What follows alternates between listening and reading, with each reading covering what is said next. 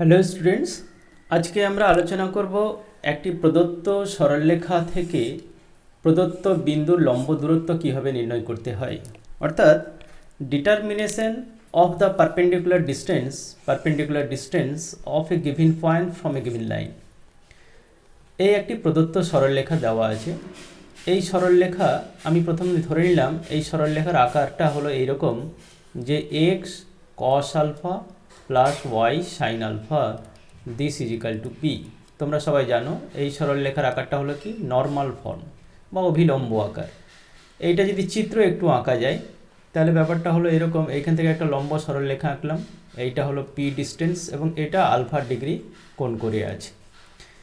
এখন আমার প্রশ্নটা হলো যে আমি একটা বিন্দু নিলাম, বিন্দুটা সাপোজ এইখানে একটা বিন্দু নিলাম, ওকে। এখন আমাদের নির্ণয় করতে হবে এই বিন্দু থেকে এই সরলরেখার উপর যদি একটা লম্ব সরলরেখা আঁকি তাহলে এই দূরত্বটা কত হবে, এই পি ডট কত হবে।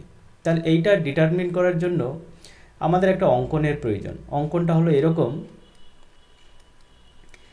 এই পয়েন্ট দিয়ে প্রদত্ত যে সরলরেখা আছে তার একটা সমান্তরাল সরলরেখা আমরা কিন্তু আঁকবো। এই সরলরেখার সমান্তরাল সরলরেখাটা হলো সাপোজ এইরকম, ওকে। এখন আমাদের একটু লক্ষ্য রাখতে হবে যে এই যে সরলরেখা পেলাম রেড কালারের, তাহলে এর ইকুয়েশনটা কীরকম হবে। দেখো এই পি ডট যেটা বললাম সেটা এইখানে যদি আমি আঁকি, যেহেতু এটাও লম্ব আর এটাও লম্ব, নিশ্চয়ই তারা সমান্তরাল হবে, তাহলে এইটা হবে কত, P dot.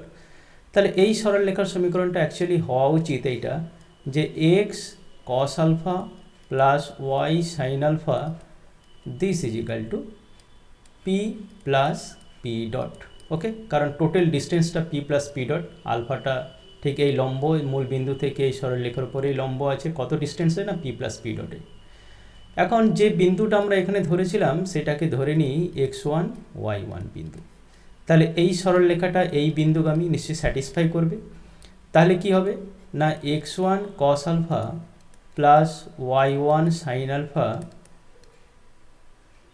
Is equal to P plus P dot. তাহলে আমাদের কি চাই, শুধু পি ডট। তাহলে পি ডটকে আমরা যদি নির্ণয় করি তাহলে পি ডট সমান কি হবে, x1 cos alpha plus y1 sine alpha minus p. এই রেজাল্টটা আমরা কিন্তু পেলাম। এখন আরেকটা কিন্তু এখানে দিক আছে, ধরলাম এই পয়েন্টটা যেটা ধরেছিলাম সেটা হলো কি এই সরলরেখার সাপেক্ষে মূল বিন্দু যেদিকে আছে তার বিপরীত দিকে অবস্থিত। কিন্তু যদি মূল বিন্দু যেদিকে আছে সেই দিকে যদি একটা বিন্দু ধরতাম, এই বিন্দু যদি x1 y1 বিন্দু হতো, তাহলে এই বিন্দু থেকে এই সরলরেখার উপরে লম্ব দূরত্ব কত হতো। আমি এখানেও ধরে নিলাম এটা পি ডট। ঠিক একইভাবে আমরা যদি একটা সরলরেখা আঁকি এই বিন্দু দিয়ে, সেটা এই ব্লু কালারের সরলরেখার সমান্তরাল, তাহলে ব্যাপারটা এইরকম দাঁড়ায়। আমরা ধরে নিলাম এখানে যে এই সরলরেখাটা ঠিক আগেকার মতোই, এই সরলরেখার সমীকরণ কি না যেটা দেওয়া আছে এই সরলরেখার সমীকরণ এইটা। এখন এই ডিস্টেন্সটা আমাদের বের করতে হবে। তাহলে এই টোটাল ডিস্টেন্সটা আমরা জানি এইটা হলো কত পি, আর এইখান থেকে এটা পি ডট, এটা তো পি, এইখান থেকে এতটা হলো পি, এইখান থেকে পি ডট, তাহলে নিশ্চয়ই এটা পি মাইনাস পি ডট। তাহলে আমরা এই রেড কালারের ইকুয়েশনটা আমরা লিখতে পারি এখানে ঠিক একইভাবে যে x1 cos alpha plus y1 sine alpha this is equal to p minus p dot. তাহলে আমাদের পি ডট চাই, এখান থেকে আমরা লিখতে পারি যে p dot is equal to minus of, আমরা এখানে লিখছি যে x1 cos alpha plus y1 sine alpha minus p. তাহলে আমরা দেখলাম যে যে বিন্দু থেকে আমরা লম্ব দূরত্বটা নির্ণয় করব কোনো সরলরেখার, তো সেই বিন্দুর অবস্থানের উপর কিন্তু একটা সাইনের কিন্তু একটা ভ্যারিয়েশন আসছে, এখানে পজিটিভ সাইন আসছে, এখানে নেগেটিভ সাইন আসছে। তাহলে আমাদের যদি বিন্দুর অবস্থান জানা থাকে with respect to the given line কোন দিকে আছে, অরিজিনের দিকে আছে না অরিজিনের বিপরীত দিকে আছে, তাহলে কিন্তু আমরা বিচার করতে পারবো কি হবে, প্লাস না মাইনাস হবে। তাহলে ইন জেনারেল আমরা দেখব যে perpendicular distance is equal to, আমরা একসাথে লিখবো এটা প্লাস মাইনাস অফ এইটার প্লাস আর এইটার মাইনাস, একসাথে লিখবো যে perpendicular distance this is equal to আমরা plus minus x1 cos alpha plus y1 sin alpha minus P. ঠিক আছে, তাহলে এখানে কিন্তু আমি যেটা দেখালাম, যেটা স্পেসিফিক একটা স্ট্রেট লাইনের ক্ষেত্রে কিন্তু এটা হলো কি না, যদি নর্মাল ফর্মের কোনো স্ট্রেট লাইন থাকে সেক্ষেত্রে আমরা পারপেন্ডিকুলার ডিস্টেন্সটা বের করলাম। কিন্তু যদি আমাকে এই রকম একটা সমীকরণ দেওয়া হয় ax plus by plus c equal to 0 এবং একটা বিন্দু যদি এখানে দিয়ে দেওয়া হয় x1 ও y1, তাহলে এই পয়েন্ট থেকে স্ট্রেট লাইনের উপর পারপেন্ডিকুলার ডিস্টেন্সটা কেমন করে বের করব। তাহলে ঠিক একইভাবে আমরা এই যে ইকুয়েশন আছে এই ইকুয়েশনটাকে নর্মাল ফর্মে ট্রান্সফার করে দিই। তাহলে নর্মাল ফর্মে ট্রান্সফার করার নিয়ম নিশ্চয়ই সকলের জানা আছে। আমরা যেটা করি a divided by a square plus B square into x, অর্থাৎ এক্স আর ওয়াইয়ের যে কোফিসিয়েন্টগুলো আছে তার বর্গের যোগফলের বর্গমূল দিয়ে ভাগ, plus b whole divided by root over of A square plus B square into y. আমি এই মাইনাস সি এই পাশে করে আমি এইখানে এটা করে দিলাম root over of A square plus B square. এটা আমরা করতেই পারি। তাহলে এইটা যদি কস আলফা হয় নিশ্চয়ই এটা সাইন আলফা হবে এবং এইটা হয়ে যাবে কত পি, আমাদের এটা জানা আছে। অর্থাৎ এর রূপটাই হলো এরকম যে x cos alpha plus Y sine alpha this equal to P.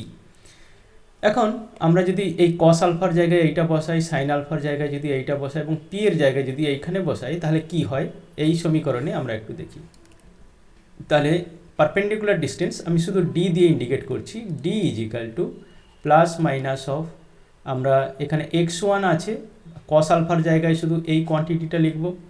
তাহলে এখানে হয়ে যাবে কি ax1 প্লাস by1, যেহেতু দুইটার নিচে root over square plus B square আছে আর এখানে আছে মাইনাস পি, আর পি এর জায়গায় এখানে মাইনাস সি বা এটা করে দিচ্ছি, তাহলে প্লাস সি হয়ে গেল হোল ডিভাইডেড, আর প্রত্যেকটার নিচে root over square plus B square আছে, তাহলে আমরা এখানে লিখে দেবো root over of A square plus B square. Okay, বা এটাকে যদি কেউ এইভাবেও লেখে modulus of ax1 plus by1 plus C whole divided by root over of A square plus B square, এটাও কিন্তু সঠিক রিপ্রেজেন্টেশন।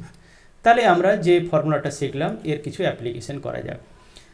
আমরা এসএনদের যে বইটি আছে তার ভেরি শর্ট আনসার অর্থাৎ অতি সংক্ষিপ্ত উত্তরধর্মী যে অঙ্কগুলো আছে, এটা প্রশ্নমালা 2C থেকে কিছু অঙ্ক আমরা করি। প্রথমে 4 দাগের অঙ্কটা দেখা যাক।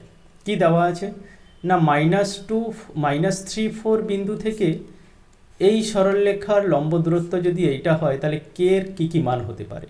ওকে, তাহলে আমরা যে ফর্মুলাটা শিখলাম ডি ইজিক্যাল টু দিস, এখানে ডি ইজিক্যাল টু অলরেডি দেওয়া আছে, তাহলে আমরা এখানে লিখব modulus of 2 into -3 minus 3 into 4 plus k whole divided by root over of 4 plus 9 this equal to কত হয়ে গেল না 2√13।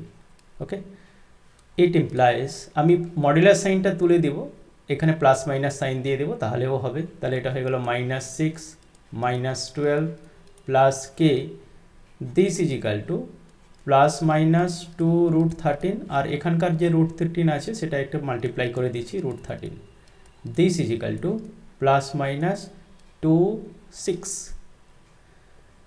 It implies k minus 18 this is equal to plus minus 26.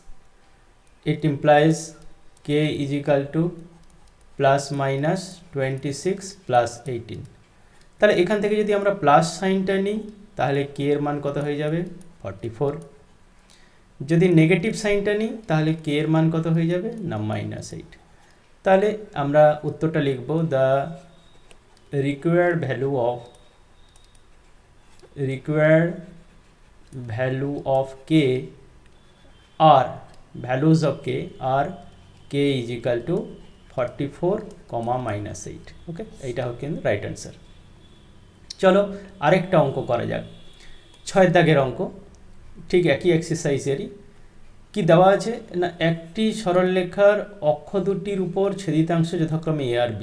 তাহলে দেখো এই x অক্ষ, এই হলো y অক্ষ, এখানে ছেদিতাংশ যথাক্রমে a, অর্থাৎ কি এইটা হলো a0, এইটা হলো কত 0b, অর্থাৎ ছেদিতাংশ আকার আছে। শুধু এইটুকু তথ্য থেকে আমরা এটা বলতে পারি যে এর ইকুয়েশন হবে কি না x by a plus y by b this is equal to 1। এখন মূল বিন্দু থেকে সরলরেখাটির উপর লম্ব অঙ্কন করেছে, তাহলে মূল বিন্দু এটা, তাহলে এর উপরে লম্ব অঙ্কন করেছে, এই লম্বের দৈর্ঘ্যটা হয়েছে কি পি। তাহলে ব্যাস আমরা ফর্মুলা জানি যে এই সরলরেখার রূপটা আমরা একটু চেঞ্জ করে নিচ্ছি, দিস ইজ ইকাল টু 0। তাহলে আমরা পারপেন্ডিকুলার ডিস্টেন্সে পিটা নির্ণয় করছি কীরকম না 0 into minus A 1/a plus 0 into 1/b minus 1 whole divided by root over of 1/a whole square plus 1/b whole square, যে ফর্মুলাটা শেখালাম সেইটাই, this is equal to plus minus b।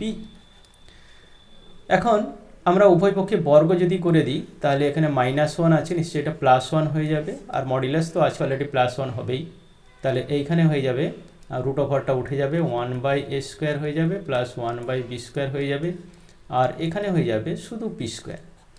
তাহলে এইটাকে যদি একটু সিম্পলিফাই করা যায় তাহলে আমরা পেয়ে যাই যেটা 1/p square is equal two 1/a square plus 1/b square. তাহলে এইটাই কিন্তু প্রুফ করতে বলা হয়েছে, তাহলে আমরা এখানে লিখে দেব প্রুফড। ওকে, দেখো কি প্রুফ করতে হবে এখানে অলরেডি দেওয়া আছে। চলো নেক্সট আরেকটা অঙ্ক করা যাক, 8 দাগের ভেরি শর্ট আনসার টাইপ। এখানে বলে দেওয়া আছে এই একটা সমীকরণ দিয়ে দেওয়া আছে সরলরেখার, আর একটি সমীকরণ দিয়ে দিয়েছে, দুটি সরলরেখার সমীকরণ দিয়ে দেওয়া আছে। দুটি সরলরেখারই মূল বিন্দু থেকে লম্ব দূরত্ব নির্ণয় করতে হবে এবং তাদের বর্গের সমষ্টি এখানে দেখাতে হবে ফ্রি ফ্রম আলফা, মানে ইন্ডিপেন্ডেন্ট অফ আলফা। ওকে, তাহলে আমরা প্রথমে একটু ধরে নিই যে P1 এটা হলো পারপেন্ডিকুলার ডিস্টেন্স বা লম্ব দূরত্ব মূল বিন্দু থেকে এই সরলরেখার উপরে। তাহলে আমরা ঠিক এইভাবেই লিখব modulus of 0 into cos alpha plus 0 into sine alpha minus a cos 2 alpha whole divided by root over of cos square alpha plus sine square alpha. Okay, তাহলে আমাদের কি দাঁড়ালো, এটা ইজ ইকাল টু 1 জানি, তাহলে আমরা এখানে শুধুমাত্র পেয়ে গেলাম যে minus of a cos 2 alpha. Okay, তাহলে যদি P1 স্কোয়ার যদি করি তাহলে আমরা এখানে পেয়ে যাব শুধু a square cos square 2 alpha. তাহলে এইটা 1 নম্বর সমীকরণ আমরা দিয়ে দিলাম। ঠিক একইভাবে মূলবিন্দু থেকে এই সরলরেখার উপর লম্ব দূরত্ব যদি P2 ধরি, that will be equal to modulus of -2a whole divided by root over of sec square alpha plus cosec square alpha. তাহলে তোমরা একটু লক্ষ্য করো, এটাকে 1/cos এটাকে 1/sin যদি দিয়ে দিই তাহলে এখানে হয়ে যাবে কত -2a sin alpha cos alpha whole divided by এখানে sin square alpha plus cos square alpha হয়ে যাবে sin square alpha plus cos square alpha. তোমরা জানো এটার ভ্যালু 1, আর এখানে 2 into sine alpha cos alpha, তার মানে এখানে হয়ে গেল কি -a sin 2 alpha whole divided by 1। তাহলে আমরা যদি এখানে P2 স্কোয়ার বের করি তাহলে এখানে হয়ে যাবে কত না a square sine square 2 alpha. এটা হলো 2 নম্বর দিয়ে দিলাম। এখন এই দুটিকে বর্গ করে যদি আমি যোগ করে দিই 1 আর 2 যে রিলেশনটা পেলাম, শুধুমাত্র আমরা যোগ করে দিলাম, সরি,